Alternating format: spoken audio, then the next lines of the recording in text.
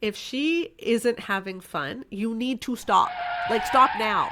Stop now, right now, and figure that out. Don't just keep having sex that isn't good for her, because it gets harder and harder and harder to fix down the road. Ever play the game Two Truths and a Lie? A person makes three statements, and you guess which two are factual and which one is false. Well, we get to play that game today on our episode. It's going to be fun. My guest today is Sheila Wray Gregoire and her husband, Keith, and they're returning to the Get Your Marriage On podcast today. They completed extensive research, surveying thousands of Christian couples, and recently published their findings in a new book called The Marriage You Want. I've read this book, and I think it's really well done, so I invited the Gregoires onto the podcast to share it with you. It's going to be fun. We talk about a lot of topics, sexual intimacy, of course, finances, sharing the mental load, and other things in your marriage. I hope you walk away from this episode with a few new insights and fresh ideas to improve intimacy and connection in your own marriage. And if you'd like a little extra help, myself and my team would love to meet with you and coach with you in our next level Get Your Marriage On program. Sheila and Keith, it is such an honor to have you back on the Get Your Marriage On podcast. How are you today? Good. Thank you for having us back. Yeah, doing all right. It's nice to be here. It's so good. And now I got a copy of this amazing book that you just published, The Marriage You Want. And this is why I wanted to invite you on my podcast. I love all of your books. In fact, one of the reasons why I'm so excited to have you on my podcast is 8 years ago, on my own journey with my wife and I, the very first Christian sex-related book we ever read was The Good Girl's Guide to Great Sex. We read it together. Well, I should say, it came in the mail. We started reading together for a few chapters, and my wife dozed off, and I stayed up. I binge read the whole book in one entire night. I finished around 3 or 4 a.m., and I was so on fire. This is so good. And you just have this style about you. You're just so good for pro-marriage, strengthening marriages, and this is what we get to talk about today. I am so excited to have you here. You've had a tremendous influence on my life, so I'm really honored to have you here. Thank you, Dan. That's great. So tell me the story, how this book came to be. Okay, well, it's a little bit of a long story. Can I do this one? Oh, yeah. Okay. Good. So I had been blogging and writing about sex and marriage, including the first edition of The Good Girl's Guide to Great Sex for like a decade. And I kept writing healthy stuff. People seemed to like it, but they kept getting stuck. And I didn't know why. If I'm putting out all this healthy stuff, what's the problem? Why can't people get over their problems? And then one afternoon in 2019, I was procrastinating because I had a headache and I didn't want to work. And I was on what was then called Twitter, and people were debating whether they needed love or respect. And they were referring to Emerson Eggerich's best-selling Christian marriage book, Love and Respect. And I thought, I have that book. This is a great way to procrastinate. So I went and I got it, and I opened to the sex chapter, since I mostly write about sex, and I freaked out because it said, if your husband is typical, he has a need that you don't have. The need was just for physical release, and if he didn't get physical release, he'd come under satanic attack. And there wasn't a single word about women's pleasure or about intimacy or anything. And long story short, but that led us on this journey of becoming a real research powerhouse. And so we did the largest survey of Christian women that's ever been done. Just looking at how some of the common teachings in Christian books have impacted women's marital and sexual satisfaction, and how we can get back to what God intended. So that was the Great Sex Rescue. And then we updated the Good Girl's Guide to Great Sex. We wrote the Good Guy's Guide to Great Sex. We wrote She Deserves Better, about how teenage girls are often treated in church. But then everyone was saying, okay, but now what do we do about marriage in general? So we sort of feel like we've conquered sex, but, but we wanted to take a step back and say, but what about the healthy underpinnings of relationships? And so that's what The Marriage You Want is. It's our fourth study that we've done, 7,000 people, including 1,300 match pairs, which was really fun. And we're just looking at what makes a healthy marriage. That is so good. Funny thing about the story is you had the book Love and Respect, but you had never read it before. It was on your I was shelf. just so scared of plagiarizing, so I had all these books in my closet. But I even recommended it when we would speak at marriage conferences, because I thought, well, it's a bestseller, it must be good. Right, and it has a great title. It's catchy. Love. And Respect. They love course. Jesus. Doesn't I love Jesus. Everyone want love. Yeah, we must all be saying the same thing, but then we weren't. And I thought, wow, maybe this is why people stay stuck, because it isn't enough just to give healthy information. You also have to debunk the unhealthy stuff. And so Gotcha. that's a lot of what we're doing. Yeah, and that's kind of what I bring is I'm a physician, right? So doctors work in the world of evidence, right? We can't just prescribe drugs if we think they're going to work. Like we have to prove they work, right? And so that's we bought that whole idea of, all truth is God's truth. If we can show something in the world works, then that should give us an idea of what God's trying to tell us marriage should look like, as opposed to some person in authority saying, this is what a godly marriage looks like. We don't care if that works in the field or not. We're very much, well, if it works in real life, it must be the way God designed it. So that's kind of the way we look at it. Yeah. So why survey so many people? So many Christians? To get a large enough sample size so that we can be statistically significant. I don't know. Because we just wanted answers. We really wanted it not to be based on our own opinion. Yeah. That's really important. So you're showing this is what works. Great. Yeah. So what I love about the book is you do debunk a lot of the things that we may have heard in church or other books along the way, like the one that you mentioned. So I thought we'd have some fun today and play 2 truths and a lie. What do you say? Okay. And here's how it works. You tell me 3 statements. 2 of them are going to be truths and 1 of them is going to be a lie. And I have to guess which one's the lie. All right, so here we go. Going to bed at the same time can seriously boost your marital and sexual satisfaction. Okay. If you want to have a good marriage and sex life, it is so important to prioritize how often you have sex with your spouse. Okay. And the biggest detractor of marital satisfaction is when mental load and housework isn't shared. You got me stumped. She's good. Yeah.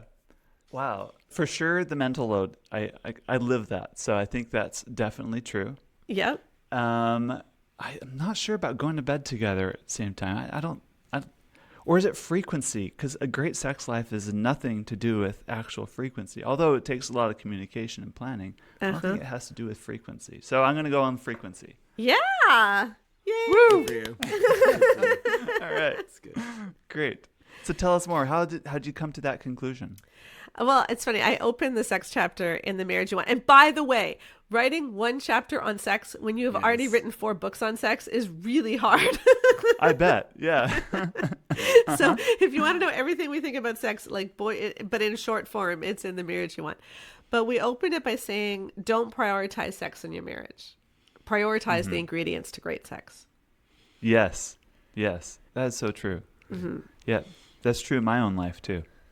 Yeah. And how'd you come to that conclusion? What was the study like? Well, here's the problem. Frequency. All that frequency tells you is how often he is reaching orgasm. Because, we have a 48-point orgasm gap. So 95% of men almost always reach orgasm in a given sexual encounter compared to just 48% of Christian women. So that's a huge orgasm gap, 47-point orgasm gap. And just because you're having sex doesn't mean that sex is necessarily going to make you feel closer. 18% of women in our first survey said that their primary emotion after sex was feeling used. And so for them, they would feel closer to their husbands not having sex than having sex. Right. They're worse off. Right, exactly. So we need to figure out, how do we have sex that actually benefits the relationship? Mm-hmm. And that means that she has to matter too. And often we think, well, if sex isn't happening, it's because she doesn't want it. But actually, if she doesn't want it, we should treat that with curiosity. Because, sex is awesome. There might be good judgment. Right. It might be good judgment. She doesn't want sex. Right. Yeah. Because sex is awesome. Why would she not want something that's awesome? And so then you need to say, well, then maybe it's not awesome for her. So what else is going on? Right. Right. And just to give you one simple example, we took a look at the women who said that their sexual desire level was really low. And we asked them 3 questions, just 3 questions. Okay. Do you orgasm usually when you have sex? Do you have sexual pain? And do you feel emotionally close during sex? And those 3 questions alone explained 85% of women's low desire. Mm-hmm. Why would one want to participate if it's painful, if it's not pleasurable, and they don't feel closer to their spouse as a result? Exactly. Right. Mm-hmm. But unfortunately, a lot of teaching, particularly in the church, has been trying to treat the symptom instead of the disease, right? So there's this idea that there's a crisis, that we're not having enough sex, so therefore women have more sex instead Yeah. of saying why and what are the reasons for it, because that takes a lot more work. It takes a lot of vulnerability on our part as men. It takes a lot of laying down entitlement. It takes a lot of saying, I want to put you first. Those things are challenging, especially in a society that encourages you to, feel this is a right or an entitlement to you as a man. And giving that up can be challenging for a lot of men, but that's what you have to do if you want to have a good sex life. Yeah. There's no other way around it. Yep. I like that. There was a season in my marriage where it was all about the number and hitting a goal. I'm an achiever kind of a person, I want to conquer. I have goals and whatever. And it was all about did we have it? Did we do it? Mm-hmm. What's our streak? What's the number on the scoreboard? And it wasn't about love. It wasn't about tenderness. It wasn't about closeness. I think that matters way, way more. It's harder to measure, of course. Yeah. Mm-hmm. I think that's so good. I would just say, and we're not trying to say that frequent sex doesn't matter, because, when couples are really enjoying sex, then having it frequently can really benefit your marriage and can make you feel great and make you feel very close. So we're not against that. We just are really encouraging people to see that frequency is not the foundation. Frequency is the result of something else. Mm-hmm. And so if sex is great, then sure. Say, all right, you know what? Are we getting lazy? Are we getting into bad habits? Are we just watching Netflix at night and then collapsing in bed? Maybe we need to turn the TV off earlier in the evening. Let's spend some time together. Those are great conversations to have when sex is great, But if sex isn't great, then we're kind of being great. So we're not saying it doesn't matter. We're just saying we got to do it in the right order. Mm-hmm. Got it. You mentioned those 3 factors that are common with those with very low desire or don't enjoy sex. Have you uncovered any factors that are part of optimal sexual experiences? Yeah, I mean, one of the biggest ones is just that women reach orgasm. When women reach orgasm frequently, they tend to want sex more often. And there's been a couple of studies that show that your first sexual experience really matters. So if she reaches orgasm her first time having sex, her libido over time tends to be about the same as her partner's. So it's that first time matters. And for a lot of women, the first time was terrible. And so your body feels like this isn't for me. And it takes a long time to get over that. It's far more difficult to teach your body, no, wait, this actually is for you, when it's learned that it isn't for you, than it is to teach your body this is for you from the beginning. And so I would just say to couples, if she isn't having fun, you need to stop. Stop now. Stop now, right now, and figure that out. Don't just keep having sex that isn't good for her, because it gets harder and harder to fix down the road. Yeah. Because you just kind of solidify in her mind, this is not something for me. This is only something for him. And that's going to kill your sex drive in nothing else. So you just can't live in that kind of a world. So that's good. So if you're in a marriage where she doesn't orgasm as frequently, hit the reset button and figure this out. Yes. Yeah. And that's kind of the theme of the whole book. It's the marriage has to work for both of you. So, if things are not going well, as opposed to a lot of advice out there, which is figure out who's not living up to their roles and make sure they do them, which is frankly what we see a lot. We challenge people to ask questions. Why are we in this condition? Why have things gotten to be the way they are? How can we do something that's going to change the dynamic so that we both do better, that we both become healthier, that we both experience what God wants for our marriage together? If it has to be you lose so I can win, you've already lost. Yeah. It needs to be that something that works for both of you. So, sex is just one example. We talk a lot of ways about how you always want this to be something that causes us both to grow and both to benefit, and something that becomes good for both of us. Mm-hmm. That's really good. Messed it up. Hey, let's do another 2 truths and a lie. Okay, so this is my turn, I guess. Okay, do it. Go for it. Okay, when couples divide up household tasks, about half of them split them 50-50, and the rest, the wife does them all. That's the first one. The second one is women are not better at multitasking than men. And the third one is that one of the ways men can make their marriage better is to encourage their wife to give them lists so that they can get stuff done. Definitely the third one is a lie. Yes. Yeah. Okay, that one was too easy. I thought that one was hard because the middle one, that women are better multitaskers, everyone believes that, but it's not true. So I thought I'd say something that sounds like a lie. Yeah, they've done experiments where they put both men and women in a totally new environment where there's multiple things going on at one time, and women are just as bad at it as men. So it's not that women are better multitasking biologically; it's just that they have more practice at home. Yeah. So Okay, what happens? that would is make society, sense. yeah, society demands women learn to multitask, and so they're just as frazzled as you are when you try to multitask. It's just they learn how to cope with it. So, Yeah. yeah. And man, multitasking, that's one way to really make it mentally tired. Yes. Yeah, Making Yes. the load even worse. Yes. Harder Well, to carry. and that's why the listing is not effective, right? Because you're absolutely right. Following what's on a list is not the way to grow your marriage, because executing the things that are on that list and just doing those tasks, that's not the tiring part. It's the figure out what needs to get done. It's the organizing. It's all the stuff behind the scenes that really weighs on you mentally. So if you want to be a husband that's proactive in your marriage, you should be making the lists, not asking for lists. And a lot of guys just aren't trained how to do that, and they don't even know where to start. So they give up. And that's another thing that's kind of sad, is like studies have shown that, for instance, there was one study we quote in the book where in a certain town, the factory shut down, and so the men were all at home now, and the thought was therefore the household labor would become more equally shared. But the sociologist studying this town found that the men all got out of doing the housework because they said, I'm just not as good at it as she is. So you can claim that I don't know how to do this, and that kind of gets you out of doing it.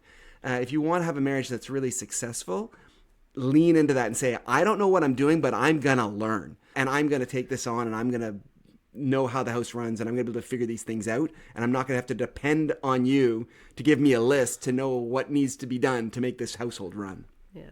And I know a little bit about you two, and this is something you both intuitively do really well in your own marriage. Is there a story or an example you can give me about an aspect where you realize, hey, we do this really well? Yeah. Well, there's a couple. I mean, I think the one that I think of is just the fact that over our marriage, we've just changed back and forth in terms of who's responsible for what, based upon what's happened in our marriage. Like when I was in medical school and then in residency, I was working over 100 hours a week, and so I didn't wash a single dish. Sheila did absolutely everything around the house. But then as things changed, all the way to now, where I'm kind of getting into more than I do. Semi-retired, I've taken on a lot more of that. And I do more than she does, and we just do that naturally because we do what works for our marriage, as opposed to, falling into these prescribed roles that the husband does this and the wife does that. We are constantly evaluating what is functioning and not functioning, what's working and not working, what's fair, and just kind of making decisions as a couple, what we need to be doing to make sure that everything happens that needs to happen. Yeah, I mean, I think one of the things that works really well is if everyone just owns different aspects of what goes into running a household. And if you just own the whole thing, then your spouse never has to think about it. And that is such a tremendous gift. Like, for example, we're in Canada, and so, it's the law that boys and girls play hockey, right? Like, it's just, you have to. But anyway, but if she says to him, hey, can you take Johnny to hockey practice? That sounds like what she's asking is, can you put Johnny and maybe his equipment in the car, drive him to hockey practice, and then drive him home? But there's a whole lot more that goes into hockey practice. There's also making sure that his uniform or his whatever it's called, is clean every week. Maybe last week you borrowed something from Benjamin's older brother and you need to return it. Maybe it's your turn to bring snack for the team meeting. And so that needs to get ready. There's fundraising that you have to do. So everyone's got to collect all the money from grandpa and all the aunts and uncles. Maybe little Johnny isn't getting on with his coach very well, and someone's got to go and navigate that relationship. Or maybe there's some fighting happening with some of the other kids on the team, and someone's got to navigate that relationship. Like, hockey is all of that. Right? Making sure he's got the right size skates. Like, it's all of that. And so if he were to own hockey, he's not just owning putting Johnny in the car and driving. He's owning, okay, I got to make sure we got a snack. I got to make sure I bring the Tupperware back. I got to make sure I've got collected all the money for fundraising. Like, I'm doing the entire thing. That's a lot that she now doesn't have to think about. Yeah. Soup to nuts, the whole thing. Absolutely. And a lot of times guys get into a real trap where, you're in a marriage and things are going poorly, but you don't know why. Because as a guy, I'm doing everything she's asking me to do. She's giving me the lists and I'm doing everything that's on the list, and you feel like a hero, but you just are not seeing everything that's going in behind the scenes. So taking it from the very beginning to the very end and actually caring about all those other steps, that's really a big deal. It's a really big deal. Yeah, and that's the one big surprising finding that we had in our survey. Like, we kind of knew what we were going to find. We were very relieved when we did find it, because you're always nervous. Like, what if the data doesn't show what we think it's going to show? But it pretty much did. But this one was really surprising, the magnitude of it. Yeah. So we knew that mental load was important. We didn't realize how important it was, because we measured marital satisfaction on a scale of 1 to 100. And most people are, 70 to 90. Like, most people are relatively happy. And so small changes can make a big difference. And if you have money stress in your marriage, that's a 5-point change, which is significant. If you go from having sex once a month to having sex several times a week, that's a 10-point change where you're doing better.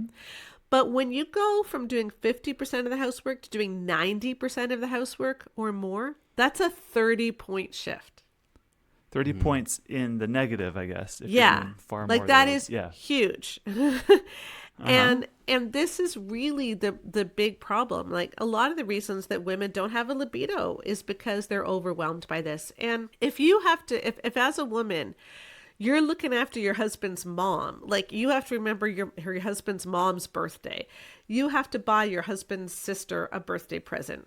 You have to make your husband a list. You have to call for your husband's doctor's appointments.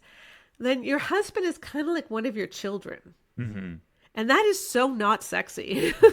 No, absolutely not. That's really not sexy. Yeah. As opposed to a person who takes initiative, knows what needs to get done, and gets it done. I mean, isn't that what we should both be functioning partners in this relationship?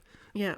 I read the book Fair Play a few years ago. Yeah. It's a best-selling book on this topic. Yeah, it's awesome. Yeah, we reference it in the book too, Yeah, good. And my wife and I sat down. We got a whole pad of sticky notes. Yep. Kind of like this. Yeah. And with the Sharpie, just wrote, okay, every aspect of our relationship, of our household, let's figure this out. We wrote them all down. We had about 100 sticky notes. And then we have them on the wall.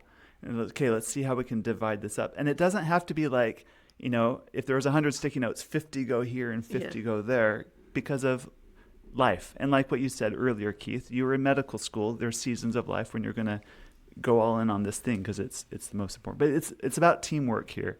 How can we divide this up and communicate better? And one of the biggest things that I realized in my own marriage is, and I'm so sorry to admit this, I realized I treated my wife as less valuable than me. Her time was less valuable than mine. Because here I am, I work, I earn X amount per hour. She's at home, she earns less than that per hour. Therefore, the more menial task should go to her and the more important task should go to me. I had a little bit of self-importance in there. I didn't realize it. And once we really started having this conversation, and I'm like, holy cow, no, that's not right. She earns just as much money as I do. If we're going to, if we were to get divorced, it'd be 50-50 split anyway, right? Her contribution should matter just as much as my contribution does. It's not that one contribution is more than another. Once I made that big mental shift, it was the biggest thing that helped us with our mental load in our home, because an hour of her time is just as valuable as an hour of my time. And an hour of her contribution is just as much. Start with equal footing, and that made a big shift for us. Yeah, absolutely. Well said. And I think that one of the big markers you can know if you're doing that well is if you both have the same amount of downtime. If one of you gets a lot of time to relax and the other one gets no time to relax, you need to renegotiate. Right. All right, let's conclude our talk about money, shall we? What did you learn in your study about money? We found that it mattered. But what really matters more is how you navigate those kinds of conflicts. Like, are you actually able to talk about things when you're bothered by things? And that's true not just with money, but with anything in your marriage. Like, basically, having more money does tend to have happier marriages. So, yay! I mean, I don't think that is right. I don't think that it that makes is it makes it easier. It makes it rocket easier. science. Right. But, Yeah. when it comes to how are we going to navigate the problems in our marriage, like if someone is spending too much and it really needs to be reined in, or if someone says, you're sticking too much to a budget and you never let us have any fun and we do still have to live, how do you have those conversations? And that's actually the more important question, not just like, is money an issue, but it's how do we let our spouse know when I'm bothered by something? Like, this is bothering me, because some people are really good at that and some people are not. And some people are really good at accepting it and some people are not. And part of the problem is, look, if you're married, what is it that you want? You want your spouse to totally know you and still love you and accept you. And you want to totally know your spouse and still love them and accept them. Right. You can't get to that point if you can't share what's bothering you. Because if you can't share what's bothering you, your spouse doesn't really know you. So we have to be able to talk about the stuff that's bugging us. We don't need to do that in a mean way. We don't need to punish them, but we do need to be able to get to the point where we can just talk about stuff. And that's a skill that a lot of people don't have. I heard this marriage advice yesterday. You need to learn how to talk about the things you're not talking about before you have to talk about it. Yes, that's very good. That's good. Yeah. Is there an example from your own marriage where you've had to discuss something difficult? Oh, wow. I think I can't think of a specific example off the top of my head, but I just know that part of our growth was, for me at least anyway, was learning to be mature enough to not see a person bringing something forward as a criticism of me as a person. So if things aren't working in our marriage and Sheila's concerned and she wants to address an issue, I naturally had a tendency to feel like I was being attacked as opposed to, bringing this as an issue. And we talk a lot in the book about how to work through that. But a lot of it in the end is really just becoming mature enough to say, hey, we're a team. If you're bringing up a problem, it's because the team could do better. and how do we as approach? Okay, yeah, you know what? Yeah, I am leaving my dirty underwear around the house too much, or whatever the issue is, right? Just okay, yeah. I don't feel attacked. We got to figure a way to make this work better, or whatever the issue is, and just being able to do that. And I think that's the thing that helped me. And a lot of this stuff really relates to just emotional maturity and emotional connection. Because, all of us enter marriage with baggage, right? Like, we all have stuff in our past that's going to color how we see things. It's like our own stories, right? And so learning to recognize your own story, learning to recognize, okay, I feel attacked right now. My spouse isn't actually attacking me, but what happened was when I was a kid, every time I did anything wrong, people would give me the silent treatment, or they would tell me that I'm worthless. And so whenever I hear anything negative, I feel like I go immediately into fight and flight mode. I feel panicked. And that is something I need to recognize about myself and learn not how to react that way, And so we give a lot of really practical things in chapter 8 about how to calm down our nervous system so that we can have these kinds of conversations. Because I think a lot of times people forget we're really complex beings. And we do react to things in ways that we even don't want to react to them that way. But this is, both of our histories are coming to the fore here. And and so how do we as adults and as a couple take a deep breath and put a pause on some of the panicky feelings that we're having, or some of the anger feelings that we're having, and realize that's not actually about what's going on right now, but I need to learn to deal with those things so that I can deal with what's going on right now. And that's one of the things that, I haven't seen a lot in other Christian marriage books about the idea that to have a healthy marriage, we need to both try to be more healthy people. And that's what we really lean into at the end of the book. It just seems so obvious. Yeah.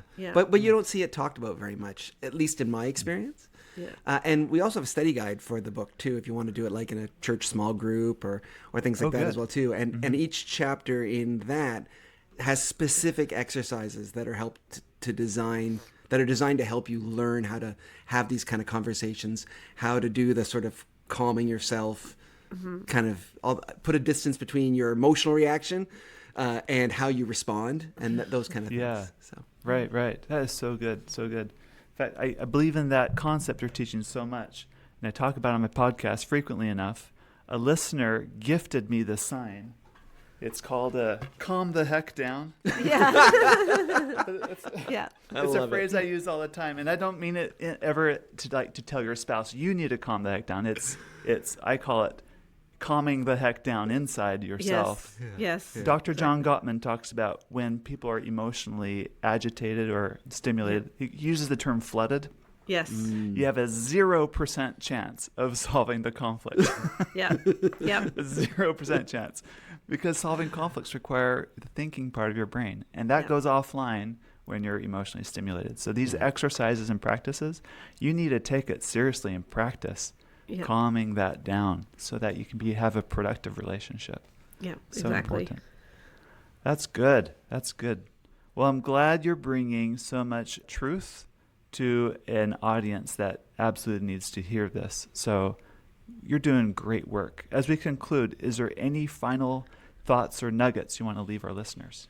I think the big thing is just to remember that marriage is not about getting your needs met, and it's not about getting your spouse's needs met. It's about getting the couple's needs met. And if we can get that kind of a perspective that, hey, it's not just about what I need, it's what the marriage needs.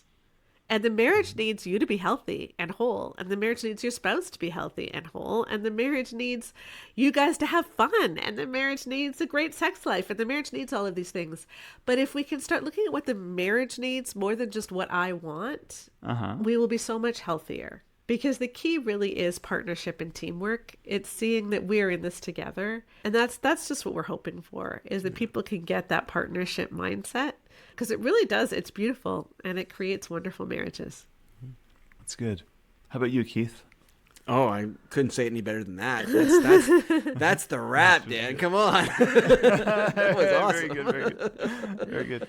Thank you very much. Where can people go to learn more about your work, find your books, and everything? Yeah, so The Marriage You Want is everywhere books are sold. Our website is baremarriage.com. That's BARE. And our podcast is Bare Marriage. It's out every Thursday. And if you go to baremarriage.com, you'll see links to all my social media. I have fun on Instagram where I fix all kinds of terrible quotes all the time. And we have lots of videos out and stuff like that too. So just go to baremarriage.com and you'll find links to everything. Very good. Thank you. Thank you. Thank you for listening to this episode. Please share it, along with our apps Intimately Us and Just Between Us, with your married friends. I promise they will thank you for life. If you want a more meaningful, sexual, and intimate connection in your marriage, I invite you to check out my Get Your Marriage On program. Over 100 couples have said this program packs tremendous value and has helped their intimacy grow to the next level. Now, go get your marriage on.